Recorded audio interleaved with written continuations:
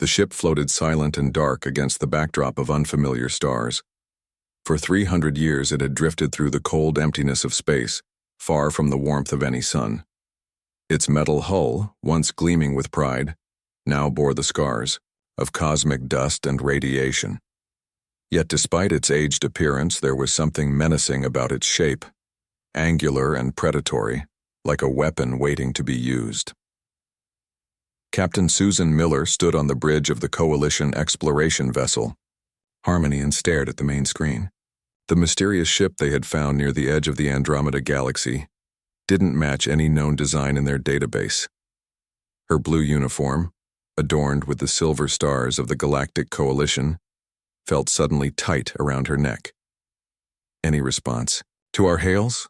she asked, her voice steady despite her unease. Communications Officer Jack Harris shook his head. "Nothing, Captain. The ship appears to be in some kind of dormant state. Minimal power readings, but definitely not dead." Susan ran a hand through her short blonde hair and considered their options. Coalition protocol was clear. Unknown vessels were to be approached with extreme caution, especially those with apparent military design. But something about this ship called to her curiosity. It seemed familiar somehow. "Prepare a boarding team," she decided. "I want our top scientist on this. Full containment protocols." Across the room, Science Officer Ethan Pierce looked up from his station with excitement lighting his dark eyes. "Captain, I'm detecting something unusual about the ship's hull composition. It's unlike any material we've documented before." Susan nodded. "You'll head the team, Pierce. Take Grant with you." 30 minutes later, Ethan Pierce and Olivia Grant floated through the vacuum between the ships. Their environmental suits glowed faintly against the darkness, the only light besides the distant stars and the dim emergency lamps of their shuttle. As they approached the mysterious vessel, its true size became apparent, nearly twice as large as their own ship, with what appeared to be weapon mounts along its flanks. "I'm detecting an entry point," Olivia said, her voice calm and professional despite the circumstances. Her brown hair was pulled back in a tight bun beneath her helmet, her movements precise as she checked her equipment. "Looks like some kind of airlock on the port side." They maneuvered toward it, finding the outer door partially open, as if waiting for them. Their helmet lights illuminated the faded lettering beside the airlock. "EDF Vengeance." "Earth Defense Force?" Ethan whispered, his heart suddenly pounding. "That's impossible." Earth was a near-mythical place in Coalition records, the birthplace of humans who had vanished from galactic affairs centuries ago. According to official history, they had destroyed themselves in some cataclysmic war. But if this ship was truly of human origin, the airlock cycled with surprising ease, as if the ship recognized their presence. Inside, emergency lighting flickered, on automatically, illuminating a corridor that stretched before them. The air was stale but breathable according to their instruments. "We should keep our suits on," Olivia cautioned, but Ethan was already moving forward, drawn by the impossible discovery. The interior of the ship was a marvel of engineering. Despite its age, everything appeared functional, merely dormant. They passed rooms filled with technology that defied Ethan's understanding, weapon systems that operated on principles he couldn't begin to comprehend, engines that seemed designed to bend space itself. "This is centuries beyond current Coalition tech," he murmured, recording everything with his scanner. "If humans built this, why did they disappear? With this kind of technology, they could have—" "Command center ahead," Olivia interrupted, pointing to a large doorway at the end of the corridor. The bridge of the Vengeance was a semicircular room dominated by a view screen and control stations. Unlike the simplistic touch interfaces of Coalition ships, these controls featured a mix of holographic displays and physical switches, designed for operation even under the most extreme conditions. Ethan approached what appeared to be the central command console. As his gloved hand hovered over it, the system suddenly hummed to life. Lights flickered across the bridge, and a holographic display materialized above the console. "Welcome back, Commander." A soft female voice spoke from hidden speakers. "Hibernation protocol disengaged. Standing by for mission continuation." "It thinks we're the crew," Olivia whispered. Before Ethan could respond, the hologram sharpened into the image of a man in a uniform unlike anything in Coalition records. His face was solemn, his eyes haunted by something neither scientist could understand. This is Admiral Alan West of the Earth Defense Force. If you are viewing this message, you are among the chosen few entrusted with humanity's last hope. The vengeance carries within it the seeds of our vengeance and our rebirth. Earth has fallen, but humanity will rise again among the stars. The message flickered, and both scientists stood frozen in shock. Their communicators suddenly crackled, with Captain Miller's urgent voice. Pierce Grant, return immediately. Coalition Command has designated your discovery as Threat Level Alpha. Containment protocols are being implemented. That's a direct order. But it was too late. Deep within the ship, in a chamber they hadn't yet discovered, cryogenic systems began their warming cycle.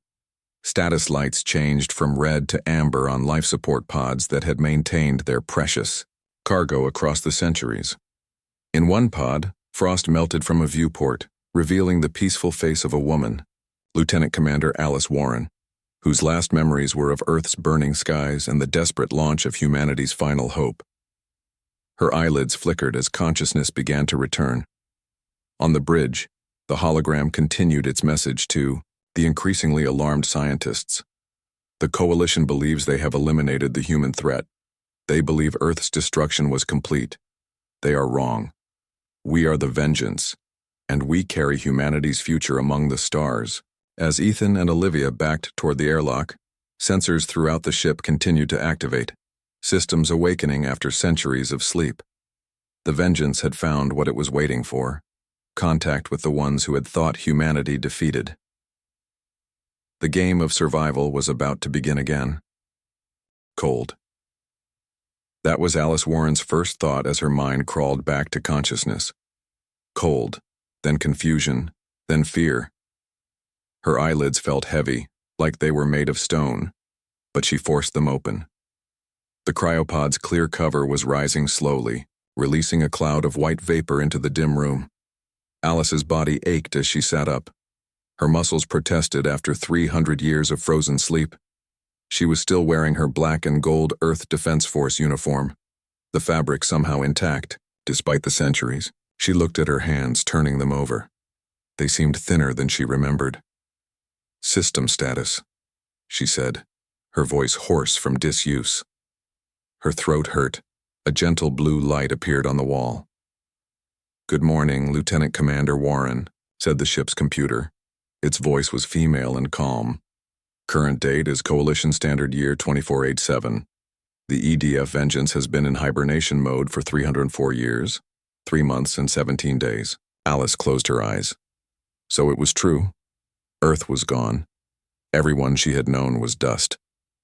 She allowed herself 5 seconds of grief, no more, then pushed it aside. There would be time for mourning later. Maybe. Ship status?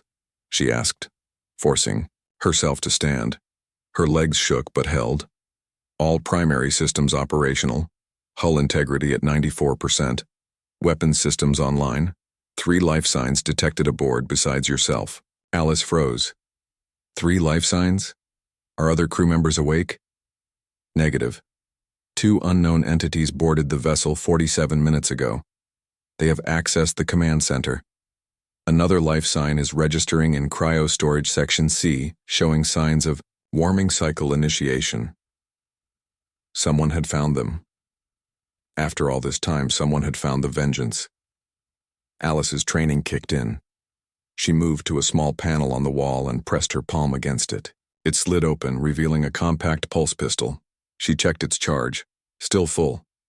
Show me these intruders, she ordered. The wall display changed to show 2 figures in environmental suits moving through the corridors of the ship.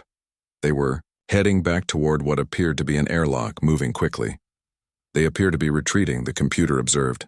Who are they? Can you identify their species or affiliation? The computer paused, analyzing. Their suits bear the insignia of the Galactic Coalition of Sentient Species. This organization was forming in the final days before Earth's destruction. Current database suggests it now controls approximately 70% of known space. Alice remembered the briefings from before the launch. The Coalition, a group of alien races who had watched Earth's destruction from a safe distance, who had offered no help when the attack came. Her hand tightened on the pistol. And the other life sign? Cryopod 47 is beginning automatic revival. Sequence. Occupant, Lieutenant Kevin Murphy, weapons specialist. At least she wouldn't be alone. Alice began moving through the ship toward the command center, her steps becoming steadier as she walked. The Vengeance felt like home, the only home she had left. The corridors were lit by emergency lighting, casting long shadows. Alice ran her hand along the metal wall, feeling the faint vibration of systems coming back online. The ship was waking up just like her. When she reached the command center, the intruders were gone. But they had left something behind. Their fear. Alice could almost smell it in the air. They had seen something that scared them. Good. She sat in the captain's chair and began accessing the ship's logs. Most were corrupted or deleted, a security measure programmed before launch. But fragments remained, enough to remind her of their mission. Earth had been attacked not by natural disaster but by deliberate action. The evidence had pointed to elements within the newly formed coalition. Earth's rapid advancement had frightened them. Humans were expanding too quickly, developing technologies that made the older races nervous. So they had acted first. The Vengeance was one of 7 ships sent out as Earth burned. Each carried the seeds of humanity's survival, genetic samples, cultural records, advanced technology, and each carried the evidence of what had been done to Earth. They were to hide, to survive, to rebuild, and when the time was right, to return and demand justice. Alice was reviewing the weapon systems when the door to the command center slid open. Kevin Murphy stood there, still in his medical gown, his red hair wild around his pale face. "Commander." "Warren," he said, relief clear in his voice. "It worked. We made it." Alice nodded. "Part of us did." Kevin moved to one of the control stations, his trained eyes scanning the displays. "We've been found," he said. It wasn't a question. Yes. Something called the Galactic Coalition. 2 of their people were just here. Kevin's face hardened. "The Coalition, they're the ones who—" "We don't know that for certain," Alice cut him off. "It's been over 300 years. Things change." "Some things don't," Kevin replied, but he focused on his work. "Weapons are at full capacity. The new systems were never tested in combat, but simulations showed they would be effective." Alice stood and moved to the main viewport. Outside, she could see another ship, clearly the one the intruders had come from. It was smaller than the Vengeance, with sleek lines and what appeared to be scientific rather than military design. "Wake up Frank and Laura," she decided. "We need engineering and medical online. Then we'll decide how to proceed." As Kevin left to assist with the revival of their other crew members, Alice studied the Coalition ship. She felt no desire to destroy, hit, not yet. First, she needed information.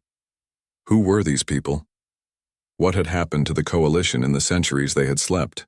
And most importantly, did they know what had been done to Earth? The ship's computer interrupted her thoughts. "Commander, the Coalition vessel is transmitting a wideband message. It appears to be a distress call." Alice smiled slightly. "Let's hear it."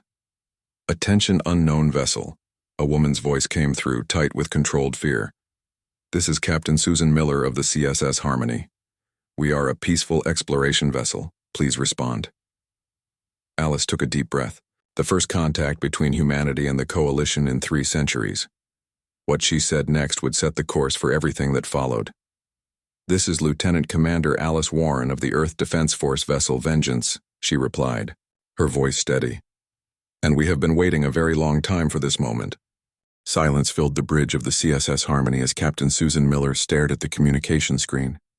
The woman who had just spoken had pale skin, sharp green eyes, and wore a uniform with insignia Susan had never seen before. But the words, Earth Defense Force, echoed in her mind like a warning bell. Earth? Susan repeated, looking at her communications officer with wide eyes. That's not possible. But the woman on the screen continued speaking, her voice steady and clear.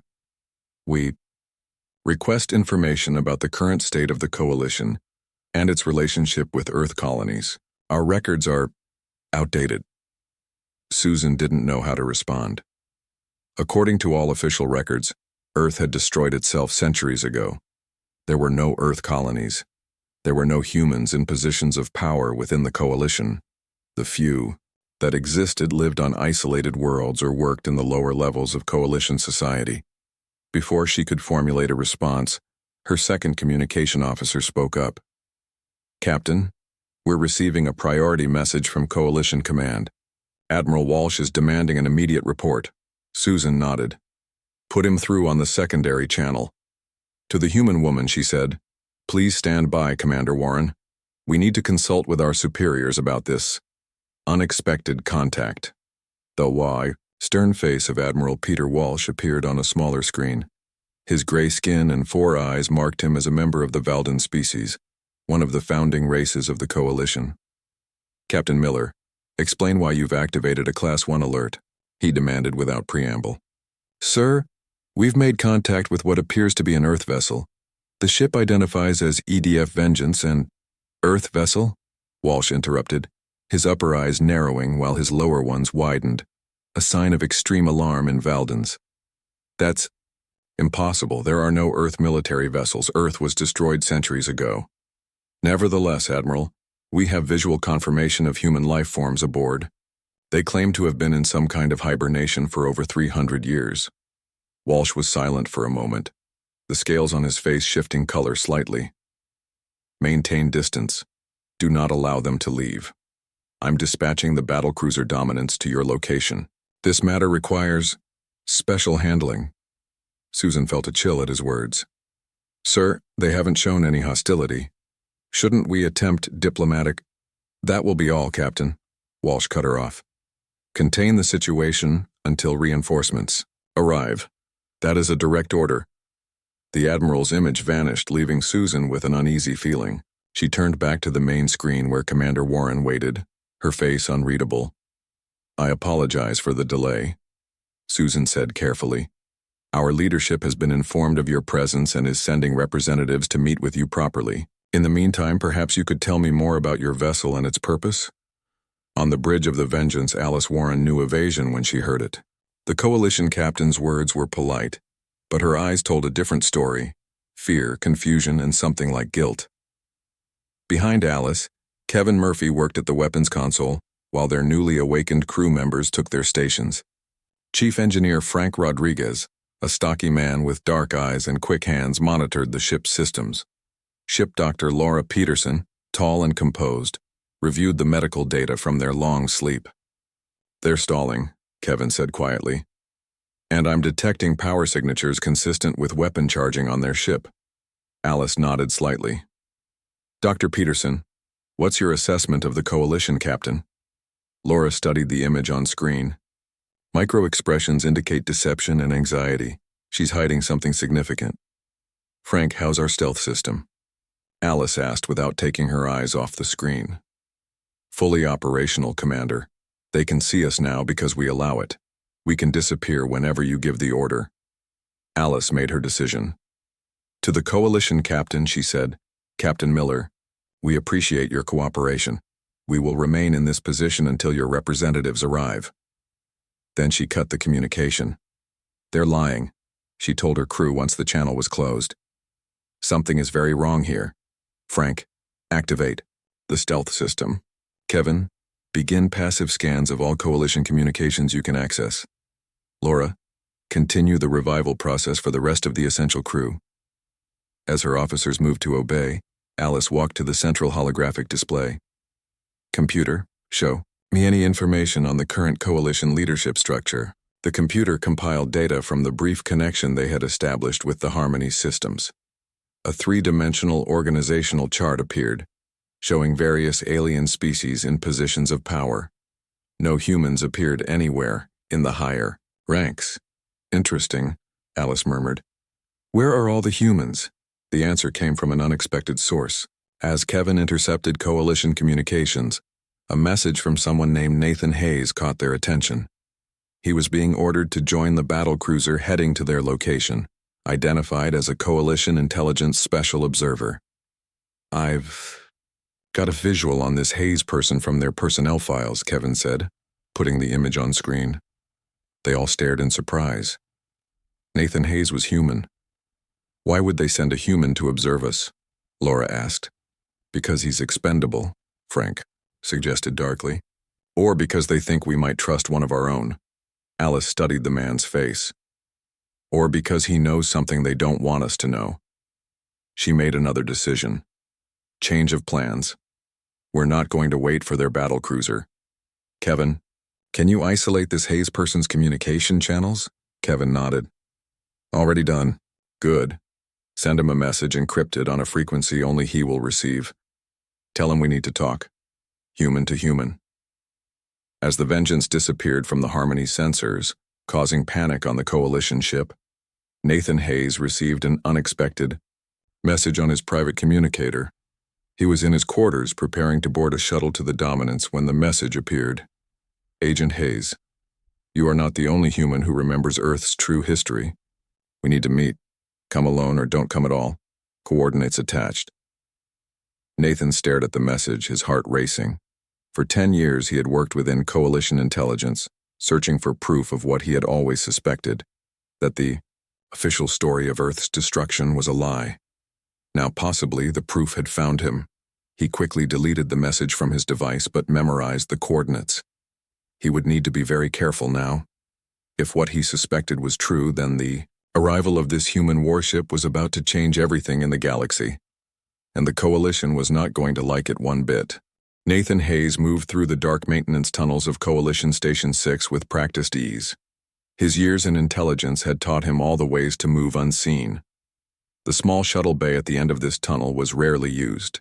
Perfect for a meeting no one was supposed to know about. He checked his pulse gun, making sure it was charged. He wasn't sure if he would need it, but meeting representatives from a mysterious human warship warranted caution. When he reached the shuttle bay, it appeared empty, until the air shimmered and a small craft appeared where nothing had been before. The craft's hatch opened, revealing a woman in a black and gold uniform.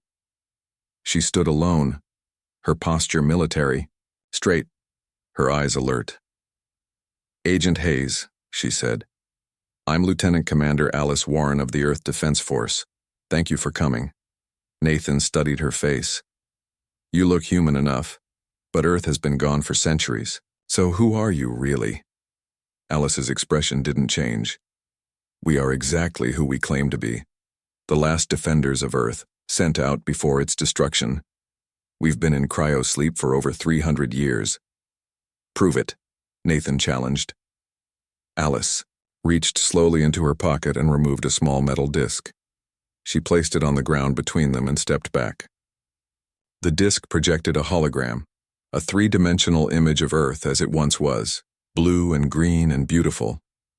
Then the image changed, showing the planet surrounded by strange ships. Beams of energy struck Earth's surface. Continents burned. Oceans boiled. "This was recorded by our long-range sensors as we fled," Alice said quietly. "The official Coalition history says Earth destroyed itself in civil war. Is that what you were taught?" Nathan nodded, his throat tight. "That's the official story. But I've found inconsistencies. Records that don't match. Sealed files going back centuries." "We have more than inconsistencies," Alice said. "We have proof. The Vengeance was a last-ditch effort. 7 ships, sent in different directions, carrying everything we could save, our history, our science, our DNA, and evidence of who really destroyed Earth." "Who?" Nathan asked, though part of him already knew the answer. "A faction within the early Coalition. They called themselves the Ascendancy. They feared human expansion, our rapid technological development. They eliminated the threat." Nathan had suspected something like this for years, but hearing it confirmed made his stomach turn. "If what you're saying is true, why reveal yourselves now? Why not stay hidden?" "We didn't choose to be found," Alice replied. "But now that we have been, decisions must be made. The Coalition is sending a battle cruiser to destroy us. Admiral, Walsh seems particularly eager to eliminate any evidence of our existence. Walsh, Nathan said darkly. He's ascendancy. I've suspected it for years but could never prove it. His family has been in Coalition leadership since the beginning. Alice nodded. We need your help, Agent Hayes, not just for our survival but for justice. What happened to Earth cannot go unanswered. Nathan made his decision. I'll help you, but not for revenge, for the truth. Back on the Vengeance, Alice introduced Nathan to her crew. They had revived 20 more personnel from cryosleep, enough to operate the ship's essential systems. Kevin Murphy showed Nathan their weapons capabilities, which left the agent speechless. This technology is centuries ahead of anything the Coalition has now, Nathan said. How did Earth develop this? Necessity, Frank Rodriguez answered as he calibrated the engines. When we detected the Ascendancy fleet heading toward Earth, we had months to prepare. Every scientist, every engineer worked around the clock. We knew we couldn't save everyone, but we could ensure humanity survived. In the ship's data center, Laura Peterson showed Nathan the evidence they had collected before Earth's destruction. Communications between Ascendancy members, fleet movements, weapons tests. The conspiracy had been vast, involving leaders from multiple alien species who feared human potential. The Ascendancy still exists, Nathan told them. They're a secret organization within Coalition leadership. They've shaped policy for centuries. Humans are kept in lower positions, our history controlled. We're told we're violent, unstable, that we destroyed ourselves. Alice's face hardened. And Walsh is preparing to destroy us, just like they destroyed Earth. Yes, Nathan confirmed. The Dominance will arrive in less than 12 hours. It's the most powerful ship in the Coalition fleet. Kevin smiled slightly. It won't be enough. Nathan looked at the weapons officer. You can't be thinking of fighting the entire Coalition. Even with your advanced technology, they have thousands of ships. We don't want to fight, Alice said. We want justice, and for that we need the truth to be known. She led Nathan to a secure room deep within the ship. Inside was a simple pedestal with what looked like a data crystal. This contains everything, she explained. Not just evidence of Earth's destruction, but the location of the other 6 ships. We've been trying to contact them since we awoke. 2 have responded already. Nathan's eyes widened. There are more ships like the Vengeance? Yes. All with the same mission: survive, gather strength, and return when the time is right. Alice picked up the crystal. The Ascendancy thought they eliminated the human threat. They were wrong. We don't want to conquer. We want to reclaim our place among the stars. Nathan considered their options. Walsh will never let the truth come out.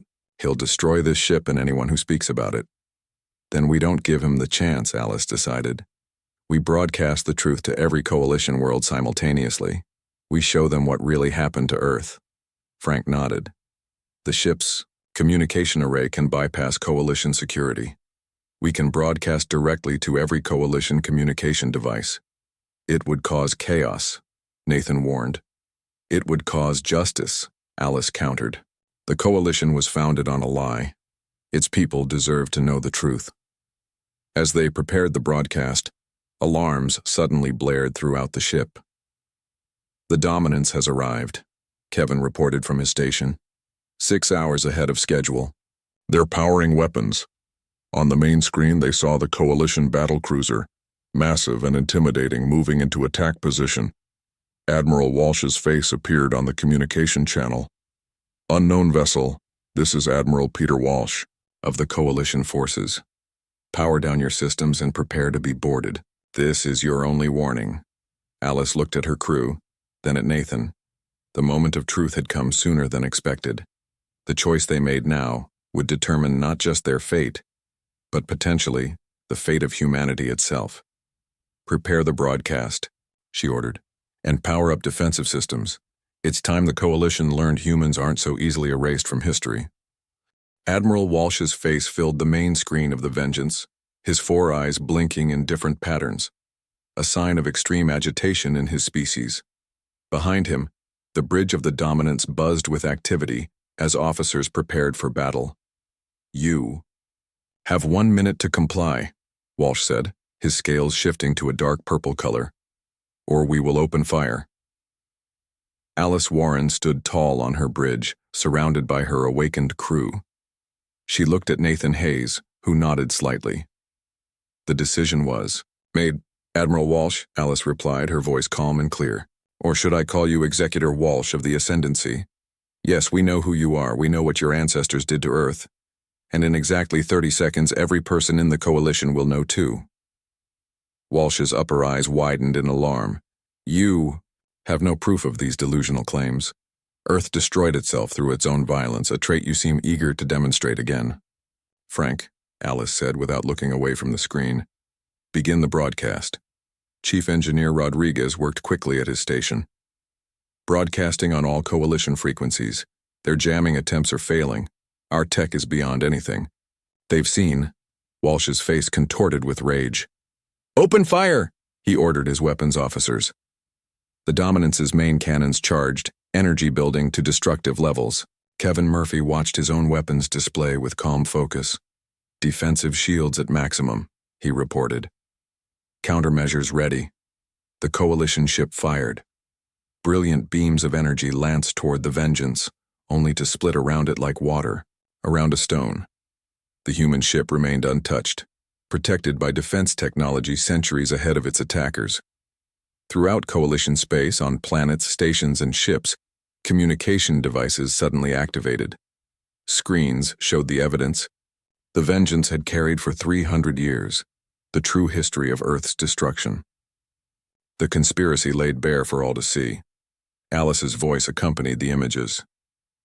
"People of the Coalition, I am Lieutenant Commander Alice Warren of Earth. What you are seeing is the truth your leaders have hidden for centuries. Earth did not destroy itself. It was targeted for elimination by a secret organization within your Coalition, the Ascendancy. They feared human potential and decided to erase us from history. They failed. On the Dominance, crew members stopped following orders as they watched the broadcast on their own screens. Some looked at their Valden Admiral with new understanding and horror. Walsh screamed at his weapons officer, "Fire again! Destroy that ship!" But the officer hesitated, looking at the evidence playing before his eyes. "Sir, is this true?" Walsh drew his sidearm and aimed it at the officer. "I gave you an order." Before he could fire, Nathan Hayes, who had returned secretly to the Coalition ship during the confusion, stepped onto the bridge. "That's enough, Admiral. Your secret is out." Walsh turned, his weapon now aimed at Nathan. "Hayes, I should have known you were a traitor to the Coalition." "Not to the Coalition," Nathan replied steadily. "To the Ascendancy. There's a difference, one that's becoming very clear to everyone now." Throughout the fleet, ships were receiving the broadcast. On the CSS Harmony, Captain Susan Miller watched with growing understanding. She opened a channel to other Coalition captains. "Stand down," she ordered. "No one fires on the human vessel." On the Vengeance, Laura Peterson monitored Coalition communications. "It's working," she told Alice. "Ships across the fleet are questioning orders. Some are actively protecting us from the Dominance."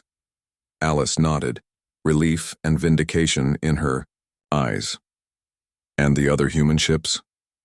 "The Aurora and the Phoenix have both confirmed receipt of our signal," Laura replied. "They're en route to our position, estimated arrival within 2 days." On the Dominance's bridge, chaos reigned. Several officers now stood with Nathan, weapons drawn against their own admiral. Walsh looked around wildly, seeing his control slip away with each passing second. "You don't understand," he hissed. "Humans are dangerous. Your advancement threatened the stability of the entire galaxy. The Ascendancy protected everyone. By committing genocide?" Nathan asked. "That's not protection, that's fear." Walsh lunged toward the weapons control, desperate to fire manually, but several officers tackled him to the ground. The Admiral's reign, like the Ascendancy's secret control, was ending. Back on the Vengeance, Alice watched as more Coalition ships arrived, not to attack but to protect. The broadcast had done more than expose a conspiracy. It had awakened the conscience of a civilization built on lies. "Commander," Frank called from his station, "we're receiving messages from dozens of worlds. There are humans out there, descendants of refugees who escaped before the destruction. Small colonies hidden away for centuries. They're coming out of hiding." Alice felt something she had not allowed herself to feel since awakening. Hope. Earth was gone, but humanity had survived, scattered, hidden, but alive. Nathan's voice came through the communication channel. "Commander Warren, the dominance is secure. Admiral Walsh and known ascendancy members are being detained.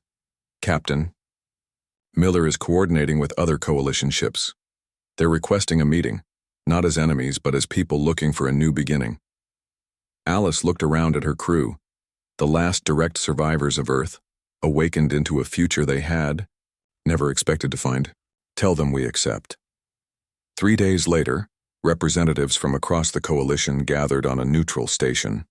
Alice Warren stood before them, no longer just the commander of a warship, but the voice of a people thought lost to history. "We did not come to conquer," she told the assembled delegates. "We came for justice. Now that the truth is known, we seek something more, a place for humanity among the stars, not as victims or as conquerors, but as equals." One by one, the representatives agreed. The revelation of the Ascendancy's crimes had shaken the coalition to its core, but from that shaking came an opportunity to rebuild something better. As the meeting concluded, Alice walked to a viewport and looked out at the stars. The Vengeance floated nearby, no longer hidden. Beside it were the Aurora and Phoenix, the sister ships that had answered their call, and approaching from various parts of the galaxy were smaller vessels, human colonies coming to meet their long-lost kin. "Was it worth it?" Nathan asked, joining her at the window. 300 years of sleep to find this future? Alice watched as a small ship docked, the first delegation from a human colony that had survived in secret for generations. Children were aboard, humans born among the stars who had never seen Earth. "Yes," she said simply. It was worth it. The warship that had been found in deep space had not needed to conquer after all. Something more powerful than weapons had accomplished what force never could. The truth, carried across 3 centuries, had finally set humanity free.